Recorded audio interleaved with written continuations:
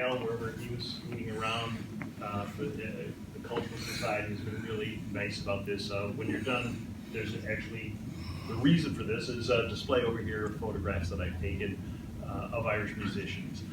And when they put it up a couple weeks ago, the discussion came up is, you know, let's do a little presentation of what this performance photography is all about.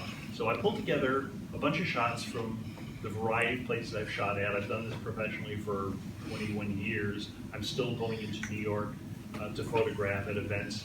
And so the way I've laid this out is that I'm going to do a little biographical stuff on me, and then I'm going to go venue by venue of the different places that I've photographed and give examples of some of the people I've shot there. Some you're not going to know, some of them will probably be pretty familiar to you.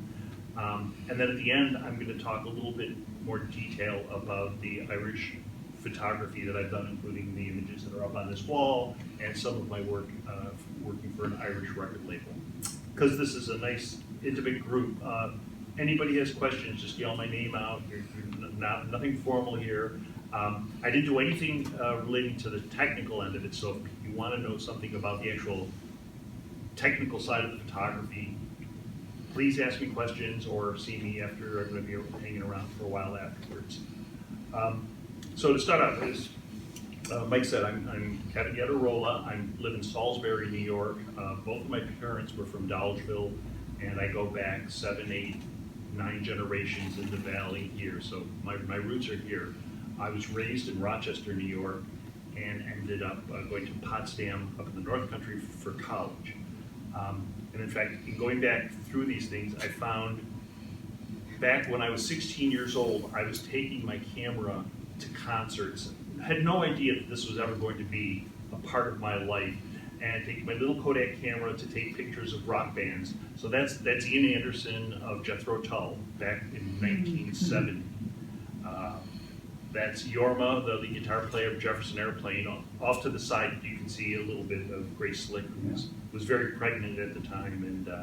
And obviously, she's not in the picture, so I wasn't that good a photographer at the time. But I got the picture. And this is a sort of a cult band. And by the way, I'm looking at on the screen here, so if you see me looking over this way, I'm looking at what you're seeing up there.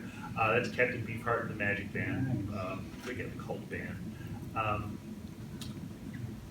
After graduating from Potsdam in '76, I moved into New York City and worked for pretty much until COVID, 45 years or so, working just in the music business. And I ended up, none of the jobs were photography jobs, but I ended up using this work to go out and take pictures at recording sessions or where some of our artists were playing in live things.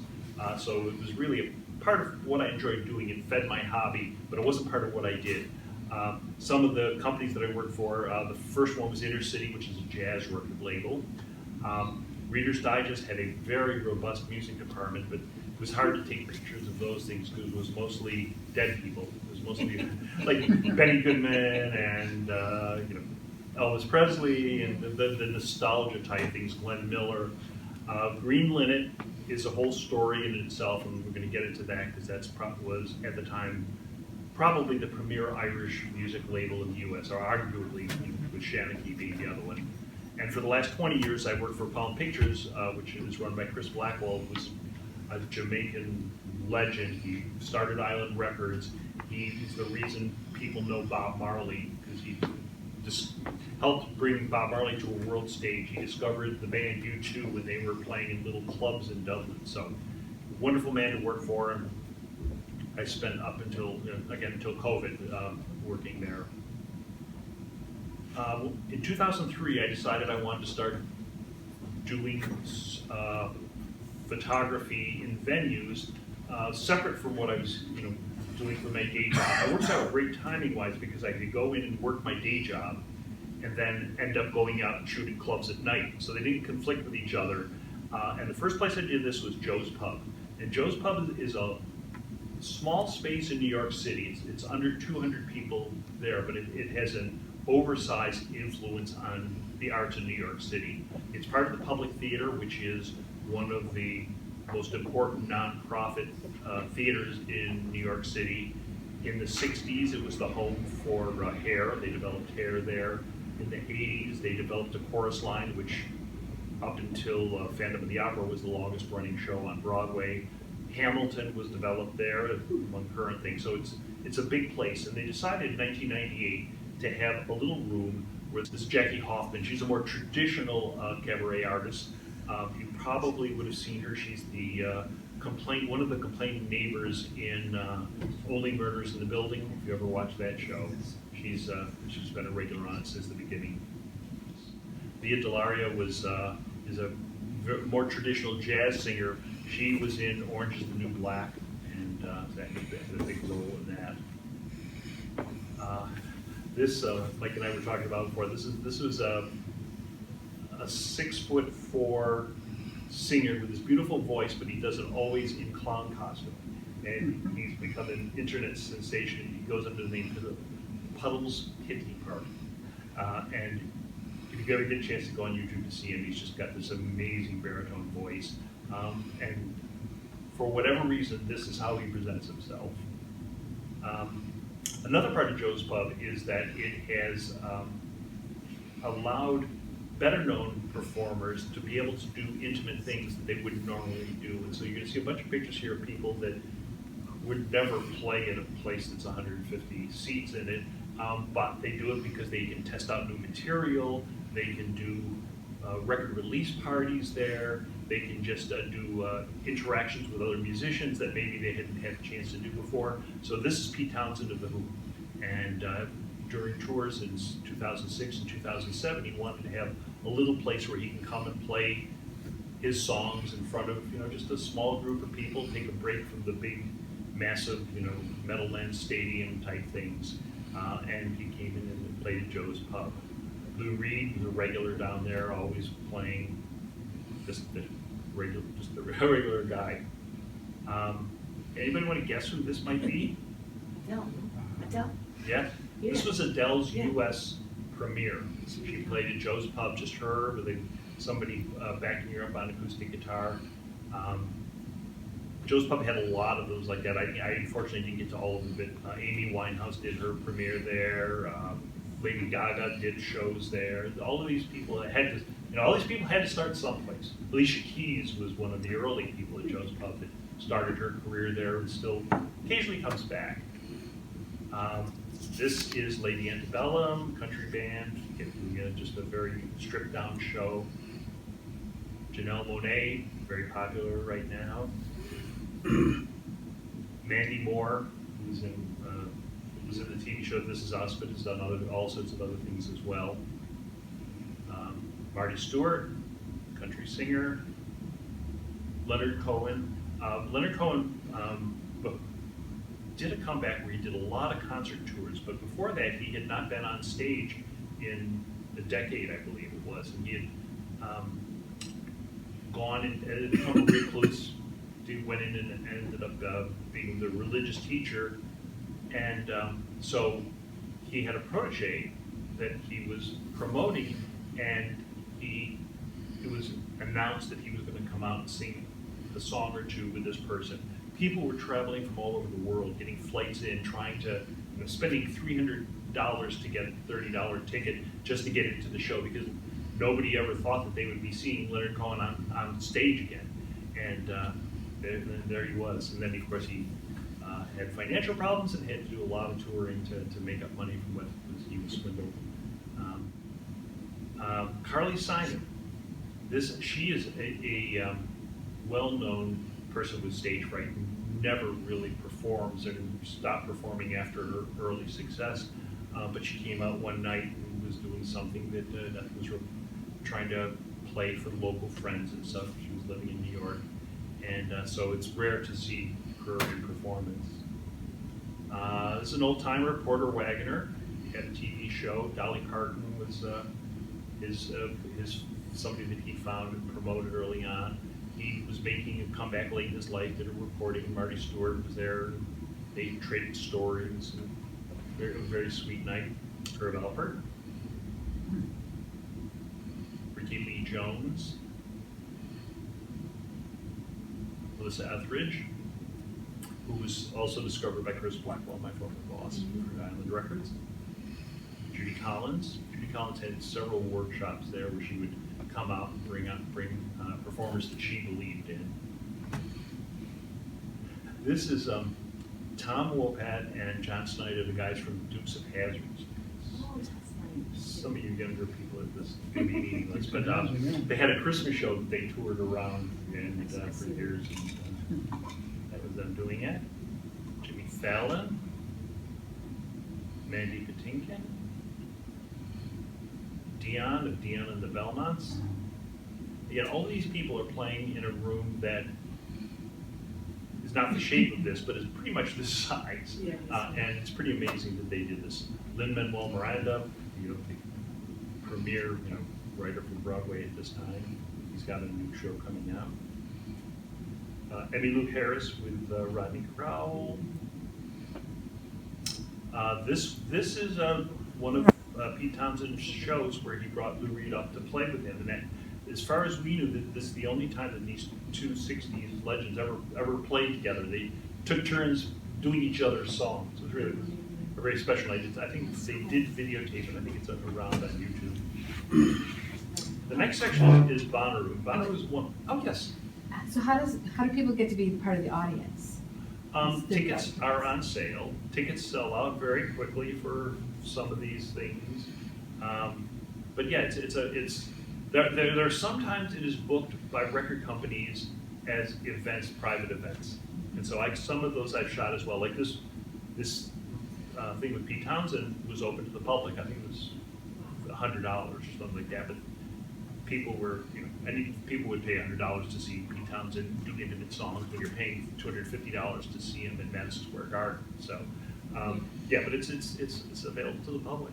And a lot of times these people, are not, well, nobody was at Adele's show because the industry knew about her. She had a hit in England, but it was not something like people were clamoring to see Adele. Amy Winehouse show with people knew the buzz was there and Jay-Z was in the audience. This show with Pete Townshend and Rita, David Bowie was sitting over there and Roger Daltrey was sitting over there. The hierarchy of famous people. Some of the shows that they're at Stephen Sondheim I saw in the audience like 4 or 5 times just to see different people there. So yeah, available to the public. Bonnaroo is a big music festival, 80,000 people out for a weekend in Tennessee. This worked out well for me because it gave me a lot of names that made my portfolio stronger, and I was able to parlay them into getting work out of it. The one thing that was great about Bonnaroo is that the guy who booked it, Ashton Cap, built it as a jam band festival, so it would be built around Fish and bands like that, but then it expanded to have more pop people there, but he also made sure that every festival he would bring in these legacy artists, the people that influence the people that are stars. So you're going to see a lot of well-known older artists, because that's what I really enjoyed about Bonnaroo. It's just a big festival. Steve Martin was there with his bluegrass band. Al Green, Reverend Al Green, Conan O'Brien, Mr. Rock, Willie. This is Public Enemy, that's Flavor Flav and Chuck D. Dave Matthews. So a lot of these are great for my portfolio. Chris Christopherson, B.B. King, Levon Helm, the band, John Fogerty, Snoop, Robert Plant and Alison Krauss, who's still touring around, Tom Petty, Merle Haggard,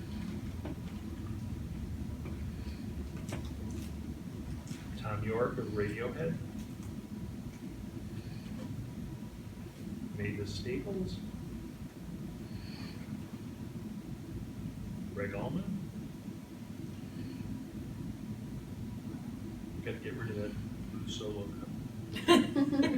Now I can take it out. Jeff Beck,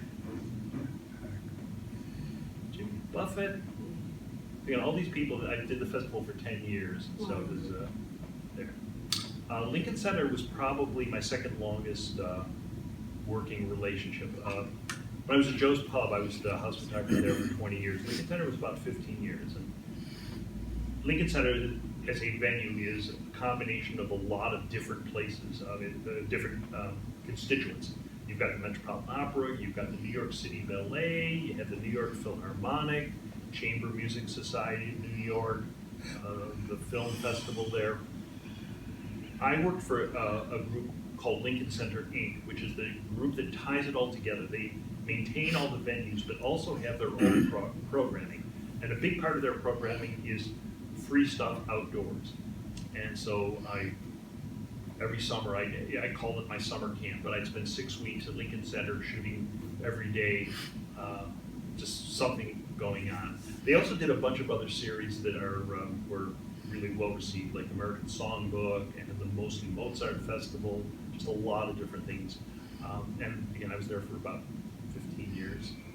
This is a view from one of the higher up venues. That's the band show where they had the shows over the summer. It's tucked right in New York neighborhoods. They actually had a curfew of 10 o'clock where you couldn't have music after that because the people living in these buildings on the side would complain. So, like clock, if it's 10 o'clock and you're still playing, your power is being cut. And they did that to big people, small people. Yeah. They just had to do it, or else they had been bad neighbors. Is that Damrush Park? Yeah, that's Damrush Park. Recently, after COVID, they decided to put a disco ball over the fountain for their summer series. That's cool. I think it's about the 4th year that they've done that. All over the place, there were just all sorts of fun outdoor events with people doing stuff.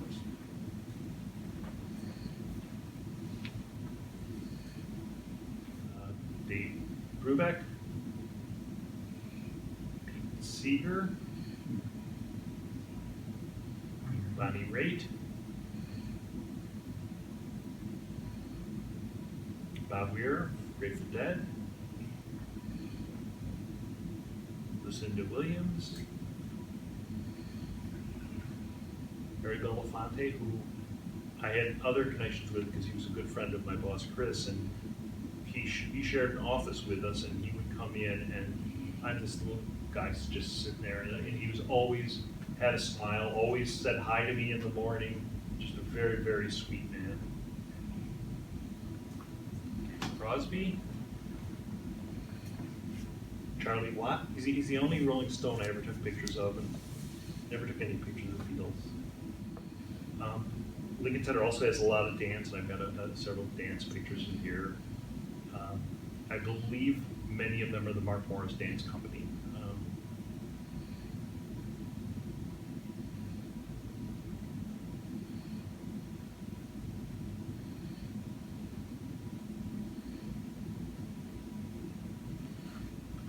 Are these photographs usually like a real show? They're practicing? Or? Almost all of these are the real show. When I get into some of the later stuff, I tend to shoot sound checks. But for musicians, they want to be in their full regalia. Yeah. So let me shoot sound checks, and that's it's useless things because they'll never let it be approved. The Mark Morris dance stuff is interesting because they had a dress rehearsal that I shot, which was really good because it allows me a chance to get closer. When I'm shooting in a venue, I might, to not bother the audience, I may have to stand way in the back. Right. And it limits how I can see things. Anytime I'm limited in where I can move around, it limits the shots I can get. So it turns out that these dance ones, some of these are ones. And then you're like on stage, or you're behind the stage, or are you Most like of in most front? of these are from the audience. Okay. I have like the picture of Dave Yes. Brubeck a few times ago. That was from behind him. Uh-huh. Let's see. That's actually looking behind is the actual audience. I'm Gotcha. shooting from behind him. So it's not normal to be able to do that. They trusted me after. Right. When I first got there, they were not letting people do that, but again, they got used to me, and they knew that I was not going to be a problem. This is from a Chinese opera company. Midsummer Night's Swing was their series they had for about 25 years, where it was social dancing in Damrosch Park at Lincoln Center from dusk till around 10 o'clock when the music curfew set in. And it was free to the public, except if you wanted to get up on the raised dance floor just to limit the number of people, it was like $10. But it was sort of Lincoln Center's gift to New York City, and they'd have 5 nights in a row for 3 weeks. It could be salsa one night, tango the next night, disco the third night. It just varied around, and people would, the dance community in New York would build their summers around being around for this sort of thing. So I threw in a few pictures of just some of the regular people just out there dancing. So.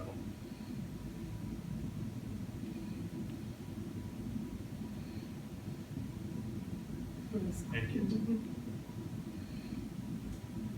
They actually had kids dance afternoon performances where, you know, so parents would be out there showing their kids how to do this, the dance. So. And is that usually all live musicians, or? Yeah, it's all almost. They sometimes it's built around live musicians, but sometimes they will have like DJs for certain kinds of nights. They have a silent disco night very often, where it's DJs where the audience has headphones on. Oh. But for the most part, it's all live musicians. And do you have to pay for the headphones, or? No, it's just, no. Just going. Hey, that's a good one. That's yes. I found I had to get me in here for one picture, so I like that one. that's me with my 2 cameras at Lincoln Center. Country Music Association is another group that I photographed for whenever they had events in New York City. So that's Keith Urban doing a show for Good Morning America that they had me shoot. Florida Georgia Line. On the left is Darius Rucker, we get a Blowfish, and on the right is Little Big Town. They're giving out some awards. There's Darius Rucker performing. Kelsey Ballerini, she was a up-and-coming person at the time I shot this, and now she's doing very well. Dirk Bentley. And then a few shots from some other venues. It's George Clinton. Buddy Guy, that was at Austin City Limits Festival, which I just did one year. Carlos Santana. As a child of the 60s, I have a lot of rock guitar pictures, so that's not a rock guitar, but that's Sting. Became and sang. A friend of his had a show that was a Christmas show, and Sting would come 2 or 3 years in a row and just sang a Christmas song, which is really nice. Another Chinese opera performer. Sheryl Crow. This is actually, I threw this in here. So when I first moved to New York and started working for the jazz record label, it was my first paycheck and my first income. And one of the first things I did with that was I bought myself a good camera. And so this is one of the shots from the early like 77 or so. That's Lionel Hampton. And I was perched like down below, shooting up through the keys of the marimba, xylophone, to vibraphone. The last section is just on a place called Symphony Space, which is where I'm still working now, and I still go down to New York. It's a smaller venue on the Upper West Side. It has music performances there, but it specializes in spoken word things. And specifically, they have a series there called Selected Shorts, which is recorded and is on public radio. I'm not sure if probably the public radio station gets it here, where they have well-known actors and actresses reading short stories. And the other thing they do is they have the Thalia Book Club, and that's where they will have a lot of book release parties. So a bunch of the things you're going to see in here are people coming to promote recent books they wrote.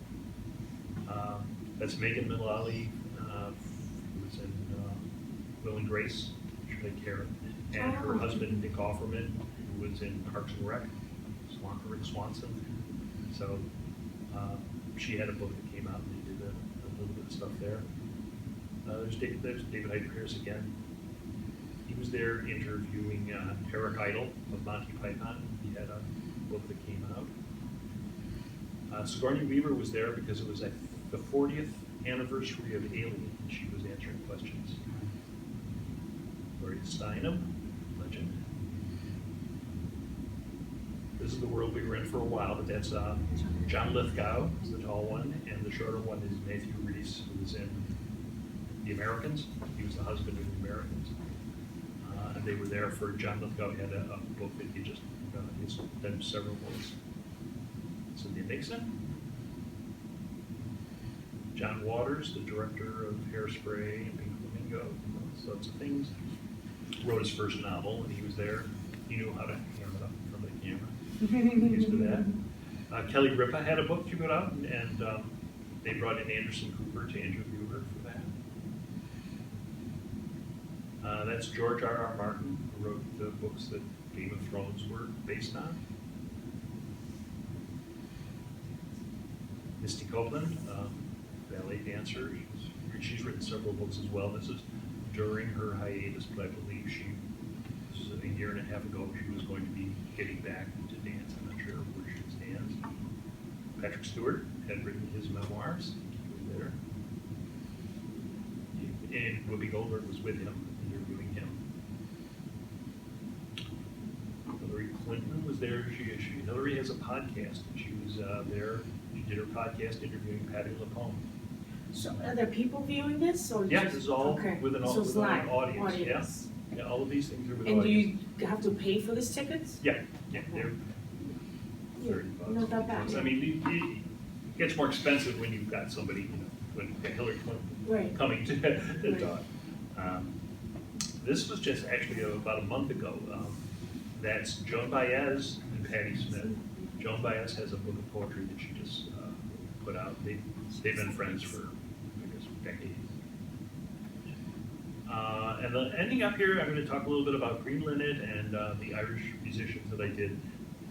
As I mentioned, Green Linnet was probably the premier record label, American Irish record label in the 60s. It had been around since the 70s. That's when I first met Wendy, who was the owner. Shanachie is the other label, and Shanachie had the old Chieftain recording, so that always made them like big. But Green Linnet was recording all of the younger musicians and the traditional players. And Mike and I were talking about this before. The time that I was there was a prime time for Irish traditional music because Riverdance. And Riverdance raised everybody's awareness. People who were slightly interested in their Irish heritage really went into it there. And so Irish musicians were all working, record labels were selling lots of recordings. People who just had found their interest in it.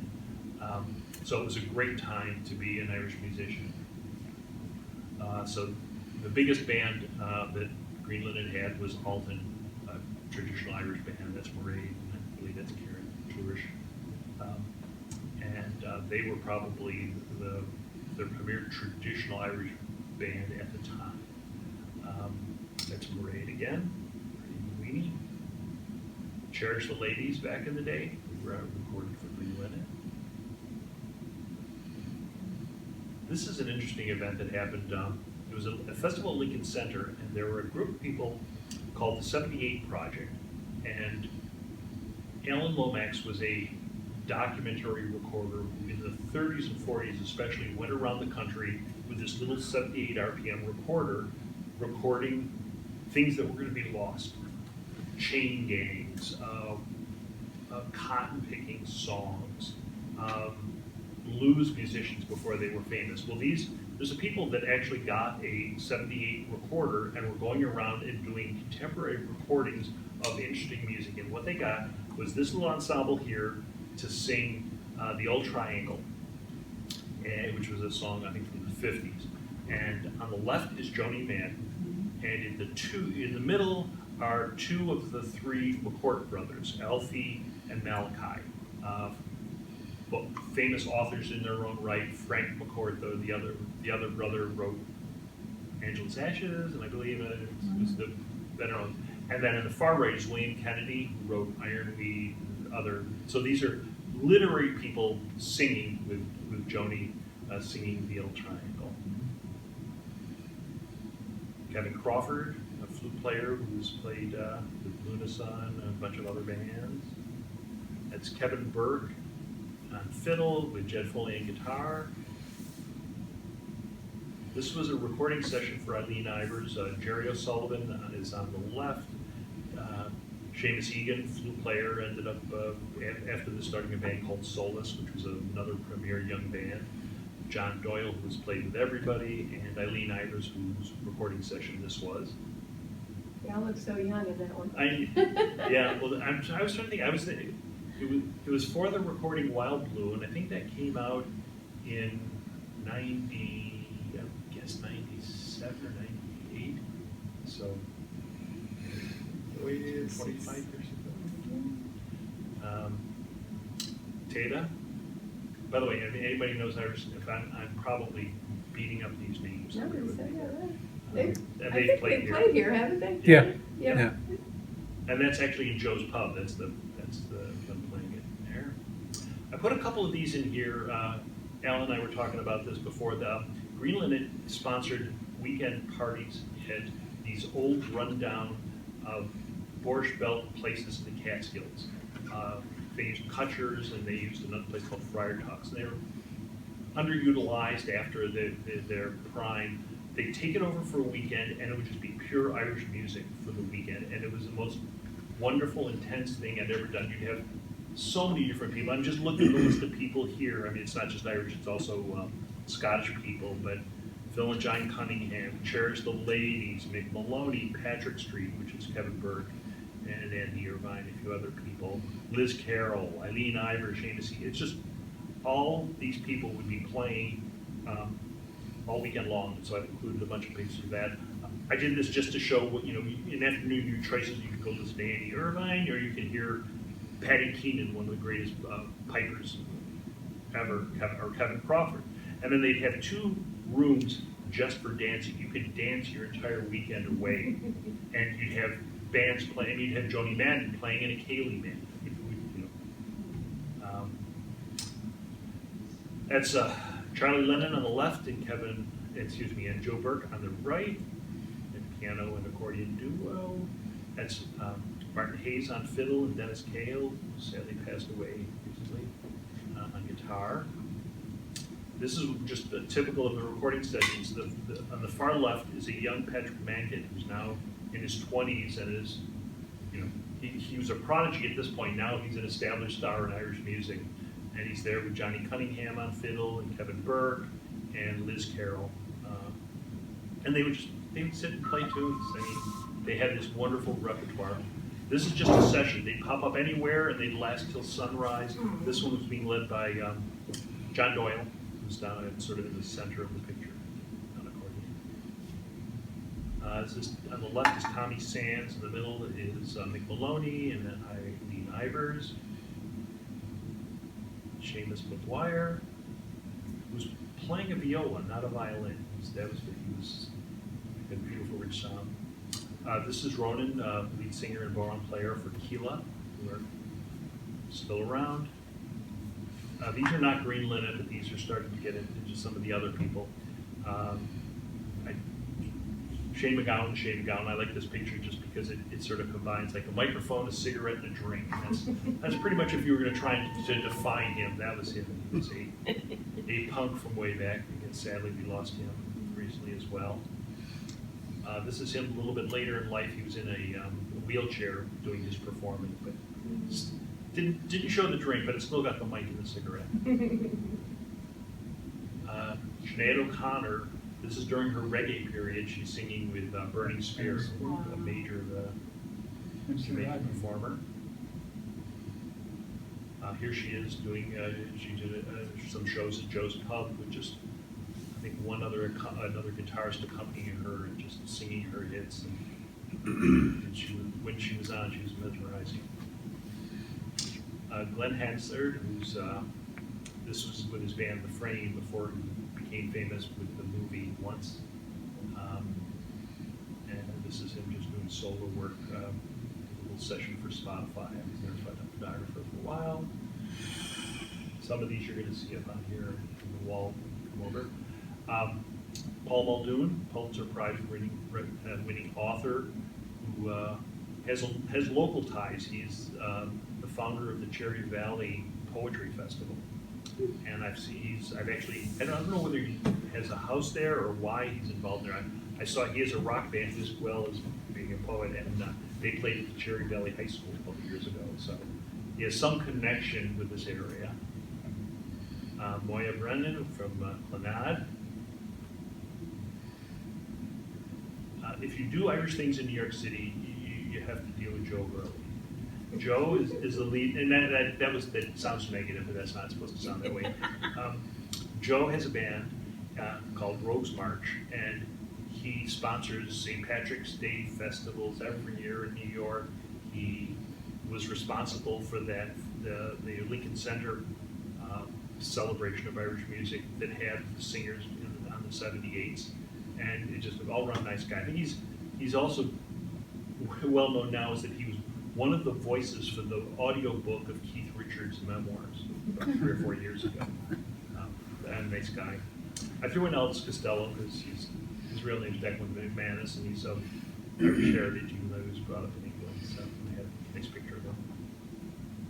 Imelda May, probably the least known of all the people here, but she's currently fairly well-known pop singer, rockabilly singer in Ireland today. This was a show that she did with Jeff Beck, where she was she performed with him. Dropkick Murphys, doing a sort of a stripped-down show for Spotify. It airs to the Shane MacGowan Poe type rock. Erla Leonard, who is the Sean Nose singer, wonderful. This was when he was with the Afro Celt Sound System, sort of a dance project. And that's probably the current leading traditional band. That's the Gloaming, which includes Yarla, an older Yarla on keyboards, second from the left, Martin Hayes. When Dennis Cahill, the guitarist, the second from the right, passed away, I'm not sure what the group was doing after that, but they're just a wonderful contemporary Celtic sound. That is it. Thank you for being patient. I threw a lot of pictures in there together. Most of the pictures that are on the wall over here were in there, but if there's any additional questions people have about some of the shots there. Are there any questions in general? Anybody have any? I wanted to ask you about the festival that you said about the Irish music. Where does that take place? Where did it take over? You said where was it? So in the Catskills.